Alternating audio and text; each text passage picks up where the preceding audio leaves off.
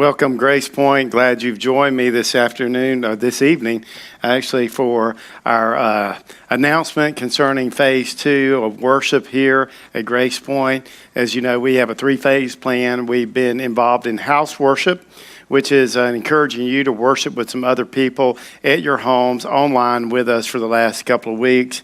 And so then we're going to move into campus worship, which is what we'll talk about today. And eventually, we'll move into more of an all systems go phase. And that may be modified as we go along. So we're excited about it, and we got some great news for you tonight. So as we dive into this, I want to encourage you to think about this in terms of soft plans. We've talked about this idea of there are hard plans, things that we're planning on doing. There are soft plans, the things that we are planning to do, but we maintain flexibility. As you know, Solomon wrote that man makes plans in his heart, but the Lord determines his steps. So as we move forward, we keep that in mind. And we also want to keep in mind that all of these things are subject to the Lord's will. So these are things that could change. So therefore, we have soft plans. So I'm going to spend some time unveiling our plan for campus worship tonight and remind you that we will be meeting, but you may not be in a place where you want to come back on site. So we're going to walk through that together. One of the things I think most important for Grace Point Church, and that is at the heart of the things that we're talking about tonight, is that we maintain unity in a time that there could be great division.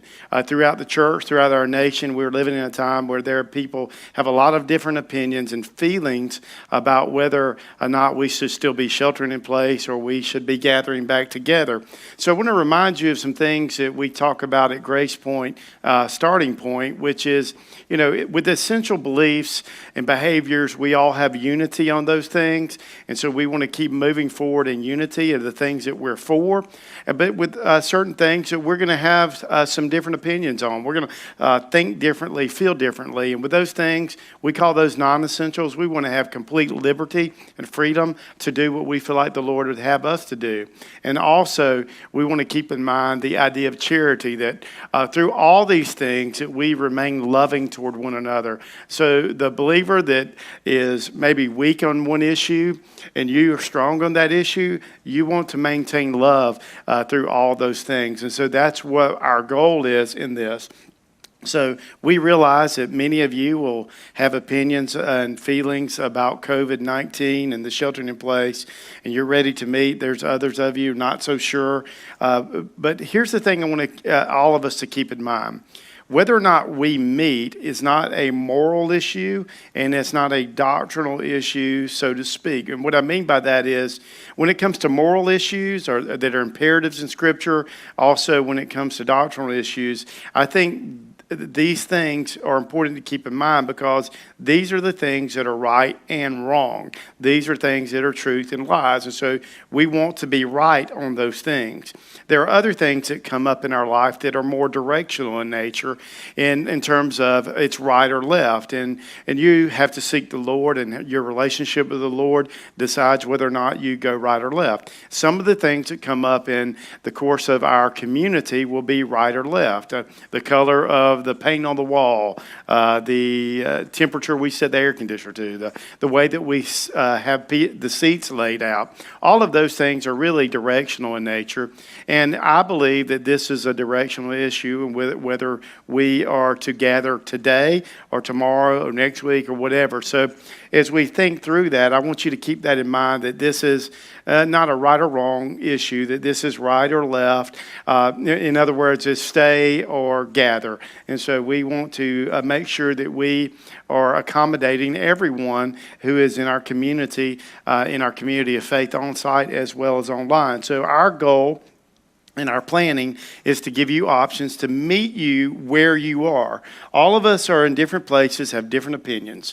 And so we want to meet you where you are for the sake of the gospel. So I want to read to you as we dive into this, 1 Corinthians chapter 9. I think it's helpful as we think through the process together and unveil this plan that we keep these things in mind. Paul writes to the church at Corinth, who was divided on many issues. And he writes these words. He says, this is 1 Corinthians chapter 9, verse 19 through 23. He says, For though I am free from all, he has liberty, I have made myself a servant to all. So that's his goal. I want to serve everybody, that I might win more of them. He wants them to follow Jesus. So he says this, to the Jews, I became as a Jew in order to win the Jew. So he took on that context. To those under the law, I became as one under the law, though not being myself under the law, that I might win those under the law. To those outside of the law, which would be the Gentiles and the Greeks, I became as one outside the law, not being outside the law of God, but under the law of Christ, that I might win those outside the law. To the weak, I became weak, that I might win the weak. I have become all things to all people, that by all means I might save some. I do it all for the sake of the gospel, that I may share with them in its blessings. Why that's important to me as we talk about phase 2 tonight is this verse gives us an idea of how we should move forward, that we're going to have different opinions, we're going to have different approaches.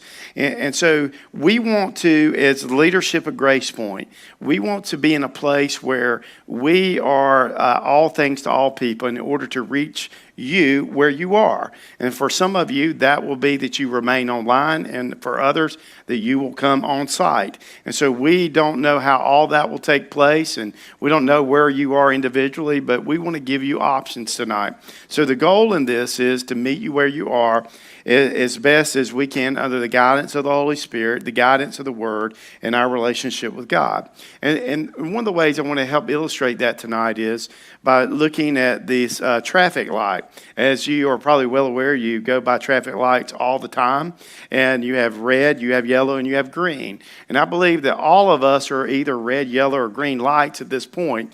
Let's talk about the red light folks for a second. So red light people. Red light people, in my mind, are those people among us who believe that we should stop gathering together at this point and that we should stay sheltered in place. And they have a good argument for that because of their concern with having a safe environment for everyone. They want their brothers and sisters to be protected from COVID-19. We totally understand that. And so we want you to understand that we understand red light people. Then you have what I call yellow light people. These are the ones among us that they're still in that middle ground. They're not really sure if they should stop and stay sheltered in place or they should go. And when you come up and you're driving and you see a yellow light, what do? Some of you automatically proceed to slow down. So when you see caution, you slow down. Others of you who would tend toward a more green light would be that you hit the gas and you're trying to make it through that light as fast as possible. And so we know that there's some of you that you're still undecided and you're not really sure what the next step would be. And so tonight is important for you because we want to give you guidance in the next step. And then there are what I call the green light folks. These are the ones among us who have been ready to gather maybe for weeks, even months, and you've thought the whole thing has been a bit silly and that we should have never probably stopped gathering in the first place. And I don't know which one you are. Which one are you? Are you a red light? You're like adamant that we shouldn't be meeting together, or you yellow light, you're just not real sure, or you're green light and you're aggressive and you're ready to get back out and get things going. And so here's what we want to say. If you're a red light person, here's a red light plan for you. If you are feeling like that you should stay sheltered in place and not gather together, we want to encourage you to stay put. We want to encourage you to join us online like you've been doing and worship with us and be involved in our ministries online.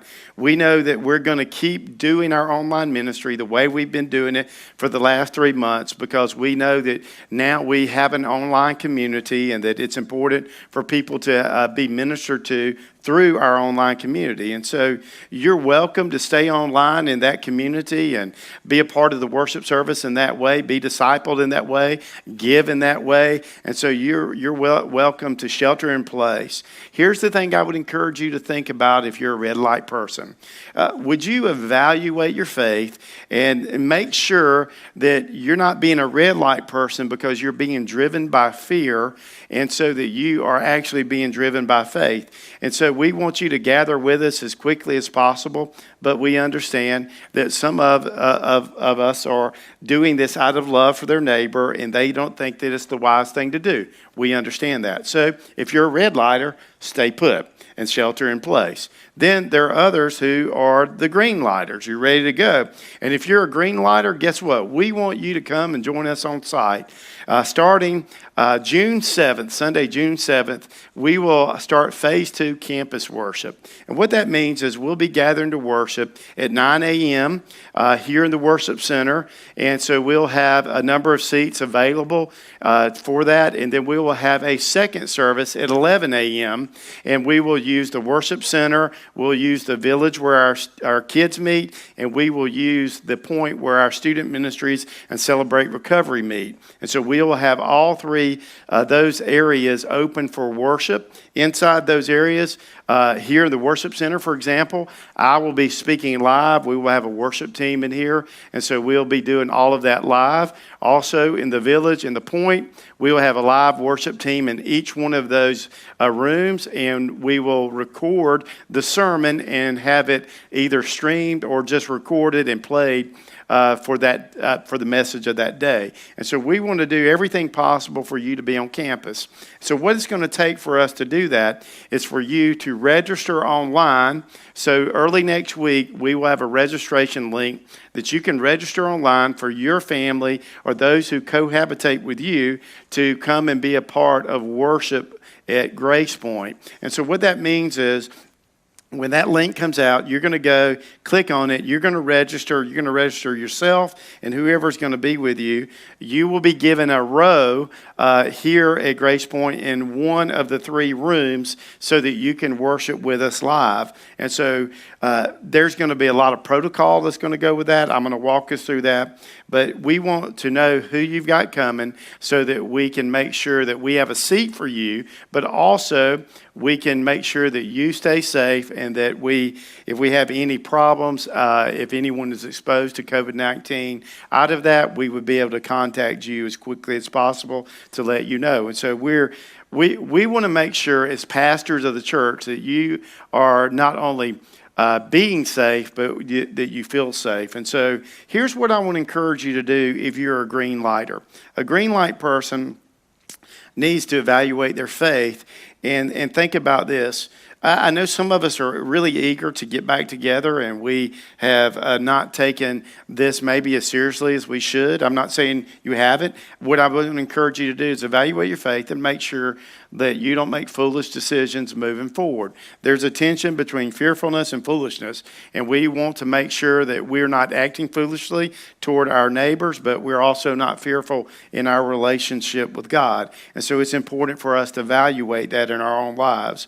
Now, if you're a yellow light person, I want to encourage you to think about this. It may be that you're still at that caution place and you're not really sure what to do. And we want to say to you, we think that's okay. And so we want you to pray about and seek the Lord's wisdom on whether or not you should be online with us or on site with us. And so if you're a yellow lighter, pray for wisdom. Well, James chapter 1 says that God will give us wisdom if we ask and believe. And so we believe that he'll guide you with the right steps that you need to take for you and your family. And so what we want to encourage you to do is if you say right now, I'm not sure that I'm red, I'm not sure that I'm green, I'm yellow, then what should I do? Then we would encourage you, if you feel like you need to take a week and see what happens and stay online with us, do that. If you feel like you need to take a month and stay online and join us online, continue to do that. If you want to say, I think what I'll do is I'll take a week and I'll see how things go, and if everything goes well, then you can join us on site the second week. So this is going to be our practice, and this is what we want to continue to encourage you with. Look, a red light person, a green light person, a yellow light person, you're one of those. We want you to apply wisdom in the decisions that you make. We're not going to tell you, hey, you're less spiritual because you shelter in place, or you're more spiritual because you get out and go. That's not the issue. The issue is that you are led by the Spirit of God to be in the right place at the right time. For some of us, it'll be to stay online. For some of us, it'll be on site. So we encourage you to follow the Holy Spirit. We open the doors, and we're going to try to make this area as safe as possible for you to have a safe and satisfying experience in worship. So opening up will require some protocol. So let me walk through some protocol for us real quickly, and these will be posted online as well so you can read through them. Opening up will require that we have a downward trajectory in COVID-19 in our community, which we have been seeing. And so that's been important for us to get to the point where we felt like that we could open back up for worship on campus. So here's some guidelines that we want to make sure that you understand and work with us so that we can have a safe and satisfying experience. If someone or if you or someone in your family has a temperature of 100 degrees or higher for within in 72 hours of Sunday, we would ask that you remain online and join us in worship. If someone in your family has one of the symptoms of COVID-19, we ask that have passed for 72 hours. If you have two or more of the symptoms of COVID-19, we ask that you take 2 weeks before you come back. If you do have those symptoms, please go get tested and find out before you come back to show love to your brother or sister. If you have a general feeling that you're not well, we ask that you refrain from attending on site with us for 72 hours. If you've had an exposure to someone with COVID-19 or with people with flu-like symptoms, we ask that you consider not attending for 72 hours. If you are a person who is high risk with increased or intensive complications at this point, we ask that you refrain from coming, and we ask that you stay put until this passes and we get into phase 3. Also, if you have gone to get tested, we're going to just encourage you to not come and join us online until you receive a negative result. So as we move forward, think about your health condition and let that guide you on the decision that you make.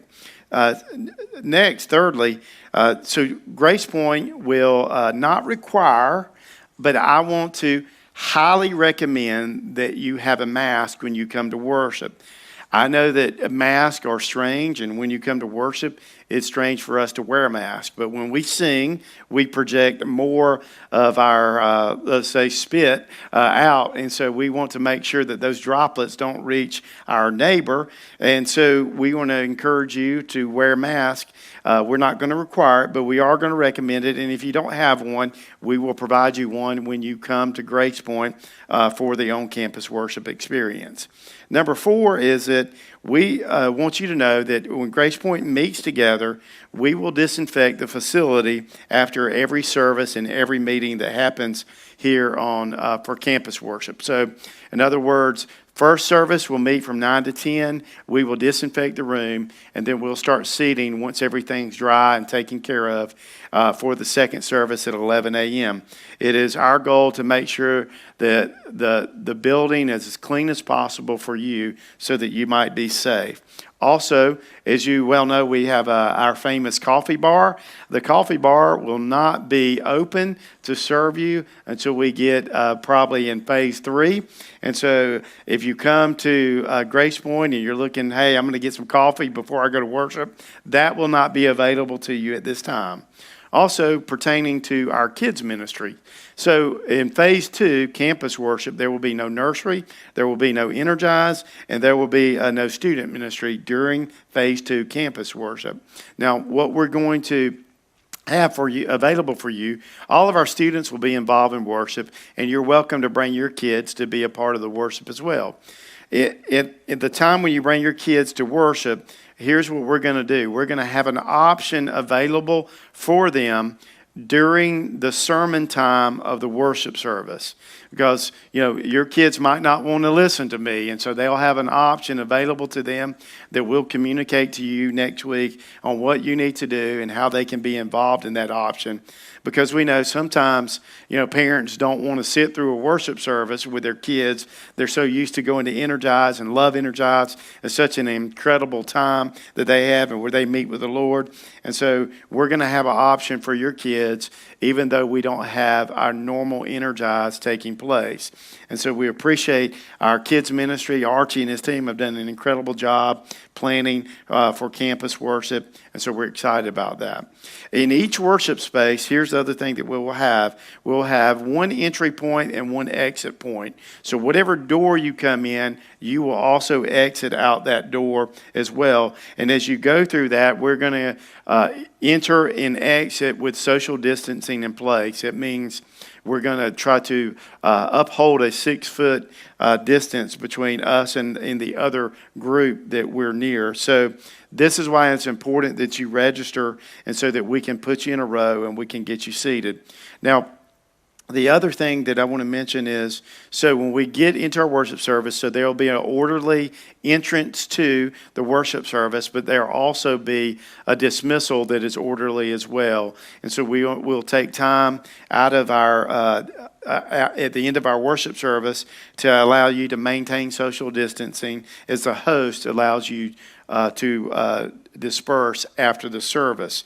So we want to also make this a protocol that our elderly members who are 65 and older, that you adhere to the shelter in place by Governor Kemp until June 12th. And so we can't wait to have you here and see you, but we want to honor the people that God has put in place and authority over us. So we're going to ask you to at least wait until the governor's order for our elderly has been lifted, so you can look forward to joining us at this point on June 14th. So when it comes to restrooms, here's an important protocol for us. When we have the first service and the second service, the only restrooms that will be available will be the restrooms located by the coffee bar, and that each restroom is basically, you need to think about it as an emergency only situation. And we know with kids and different things that can be going on, and it's another reason we don't have the coffee bar. And we know that your kids may really have to go, so if you have to go to the restroom, make sure it's emergency only, so encourage you to go before you come. But we'll have a bathroom attendant at each bathroom, because one person can only go into the bathroom at a time, and then it has to be disinfected. So if you don't need to use the restroom, please prepare not to use the restroom. If it's an emergency, please feel free to use the restrooms by the coffee bar. In other words, if you're in the Village or the Point, you'll need to leave both of those rooms and come over to the worship center to be able to go to the restroom. Also, when you come in, we will have some registration for you as you come in, so that we can know who's attended, so that we can contact you in case of an exposure. Each family will check in. You will have an assigned seating. I know that's weird. Please bear with us and give us grace. We're doing it for the benefit of our community. And I want to remind you, all of this is for coffee. We are taking an extra step and going an extra mile to keep you safe and your neighbor safe. So when it comes to protocol for greeting, we're going to encourage you that you have no contact with other members other than the ones that you came with, that you cohabitate with. So we're going to encourage you to do this, a smile and a wave. And so hopefully in the near future, as the protocols change, we'll be back to being able to shake hands, pat backs, hug necks, and all of that sort of thing. So we're encouraging you at this point to, even when you're inside the building or outside the building, to reduce contact to a wave and a smile, maintaining social distancing. And so then we're also going to encourage everyone to maintain the protocol. Just because you love your fellow brother and sister, because you love Coffee County, one of the best things that we can do for one another right now is to ensure one another's safety from this virus. And so we want to encourage you to do that. All the way back to March, when we first canceled services and went to an online community, we did that out of love for one another. And so when we look back on that, that's the reason and motivation for what we do. Because we believe God is most glorified when we are loving toward one another. So we're going to ask you to go the extra mile. And I, as the pastor of the church, want to ask some of you to join me in going the extra mile And I want to encourage you to let us know if you would be willing to serve in some capacity as we go into campus worship. And as we move into this stage, we're going to need people to help us as bathroom attendants. We're going to need people to help us as greeters. We're going to need people to help us as we clean and disinfect the facility after everybody meets. So if you'd be interested in that, if you would please contact the office or one of the staff, we would love to have you on board as a steward. Remember, one of the ways that we glorify God is we steward His church, and we steward our community. And so we need Grace Point stewards to step up and being willing to help us as we move into phase 2. Obviously, if you're a red lighter, you're probably not going to make that decision. But if you're green or you're yellow, we would love for you to be on site with us. We would love for you to worship with us. We would love for you to serve with us. We know that we can't do this without each other. We are better together. So we want to move forward together and show love to one another. We want to join together and worship. We want to gather and encourage one another. And so that is the heartbeat for what we're doing. You may have other questions, and we'll be glad to answer those questions as we move forward. I want to say this, I love you, and I want what's best for you. And so as I've said from the very beginning, at the pastor's job, there are a lot of different things I do. But one of the things that I feel burdened to do is to make sure that I provide and protect for the sheep here at Grace Point. This is what I feel like my calling is. And so as we move forward, I would appreciate, the staff would appreciate, the CLC would appreciate your prayers as we navigate these new days. And so churches in my lifetime of the last 49 years has felt nothing like this or been like this. And so it's all new, and we're all learning together. And the great thing about this is God is at work. We've seen through our online ministry, at least 4 kids I know of have come to know Christ. We've seen many of you just be encouraged in the Word. And so we know that God is moving, whether you're on site with us or online with us. And we're so encouraged by that. We have seen God do tremendous things from the night of hope, the Light of Hope night we had at Coffee Regional, to the different things that we've done over the last few weeks. So excited about what we've got coming, both on site and online in the next few weeks. So with that said, if you're red light, please feel free to follow the Lord's leading in your life and stay sheltered in place and join us when you get the green light for God to come. If you're yellow, take your time, pray about it. Pursue wisdom, and God will show you what to do, whether you're to remain online with us or on site. And those of you who are green, we look forward to seeing you on June 7th. Please register either for 9 a.m. or 11 a.m. for those worship services. I know for one, it will be nice to preach to live people and not just a camera. Can't wait to see you. So excited. And if the Lord wills, we'll be together soon. May God bless you.